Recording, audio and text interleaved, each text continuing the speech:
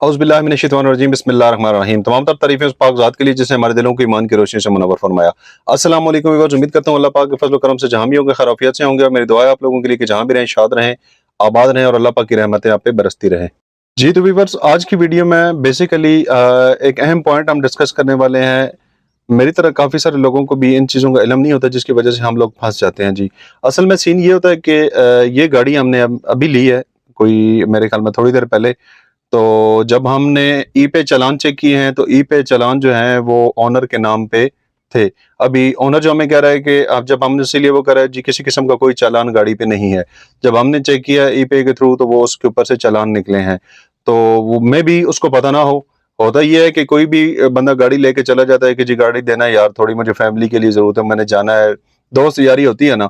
तो उसमें ये हो जाता है कि जनाब गाड़ी पे चालान हो जाते हैं। चालान जो होता है वो ऑनलाइन होता है, वो बताते नहीं है, गाड़ी घर पे खड़ी कर जाते हैं जी ठीक है हमने गाड़ी चेक कर ली। लेकिन वो जब ऑनलाइन चेक किए जाते हैं या किसी जगह पे गाड़ी रुकती है या कोई पुलिस वाले रोकते हैं तो फिर हमें पता चलता है जी हमारी गाड़ी के ऊपर चालान हुए पड़े हैं। फिर हम सर पकड़ के बैठ जाते हैं। या अमूमन ऐसे भी होता है कि यार आप गाड़ी ले रहे हैं तो उसका कंफर्म आप लोग जो है ई पे चालान जहाँ पे बाकी जरूरी चीजें आप लोग चेक करते हैं ना, वहां पे ई पे चालान भी बहुत ज्यादा जरूरी होता है, जिसको चेक करना बेहद जरूरी होता है।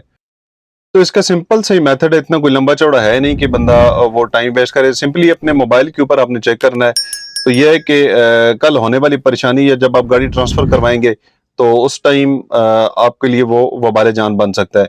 तो इसके लिए यार सिंपली मेथड ये है कि आपके पास या आप गाड़ी के खुद ओनर हैं तो तब आप चेक कर सकते हैं, या फिर आपके पास ओनर का जो है वो आईडी कार्ड नंबर है, तब आप उस चीज को वेरीफाई कर सकते हैं। क्योंकि जो एप्लीकेशन है उसमें ये चीजें रिक्वायर्ड होती हैं, जो ऑनलाइन वेबसाइट है। तो उसका प्रोसेस सिंपल सा है, इतना लंबा चौड़ा प्रोसेस नहीं है। वो मैं आप लोगों से डिस्कस कर लेता हूँ क्योंकि मेरे सामने एक प्रॉब्लम आई है, वो मैंने फेस की है। तो मैंने कहा चले अपने व्यूवर्स को भी है इससे आगाह कर देते हैं। तो सिंपल आपने जाना अपने मोबाइल के गूगल में, गूगल ओपन करने के बाद आपने उधर PSCA.gov.pk टाइप करना है। जब आप ये टाइप करेंगे तो आपके सामने पंजाब सेफ सिटी अथॉरिटी की जो है वो लिंक आ जाएगा। उस लिंक के ऊपर आपने क्लिक करना है। लिंक के ऊपर क्लिक करने के बाद वेरीफाई एज ई चालान का ऑप्शन आपके सामने आएगा। ठीक है, जिस तरह मैं आपको बता रहा हूँ इसी तरह बेशक आपके पास कोई कॉपी पेंसिल है तो लिखते जाएं। वेरीफाई ई चालान का ऑप्शन आएगा, उसको आपने क्लिक कर लेना है।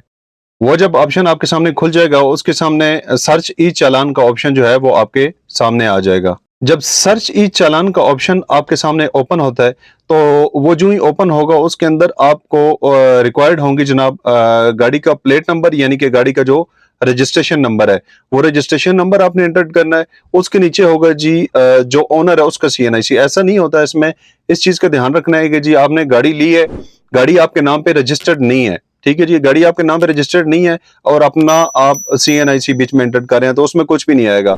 तो सिंपल उसमें यह है कि जो ओनर है गाड़ी का, ऑनलाइन जो गाड़ी जिस बंदे के नाम पे है उस बंदे का आईडी कार्ड आप बीच में एंटर करेंगे। उसके नीचे सर्च पे क्लिक करेंगे और गाड़ी के ऊपर जितने भी चालान है वो आपके सामने खुल के आ जाएंगे। तो ये थोड़ी सी इन्फॉर्मेशन थी क्योंकि ये प्रॉब्लम मैंने फेस की है। मैंने कहा चलें आप लोगों को बता दूं कल को होने वाली परेशानी से बच सकें। तो ये छोटी छोटी चीजें होती हैं, इनको 5-7 मिनट दे के अगर चेक कर लिया जाए टाइमली तो वो ये होता है कि बंदे के लिए बाद में टेंशन का बायस नहीं बनती हैं।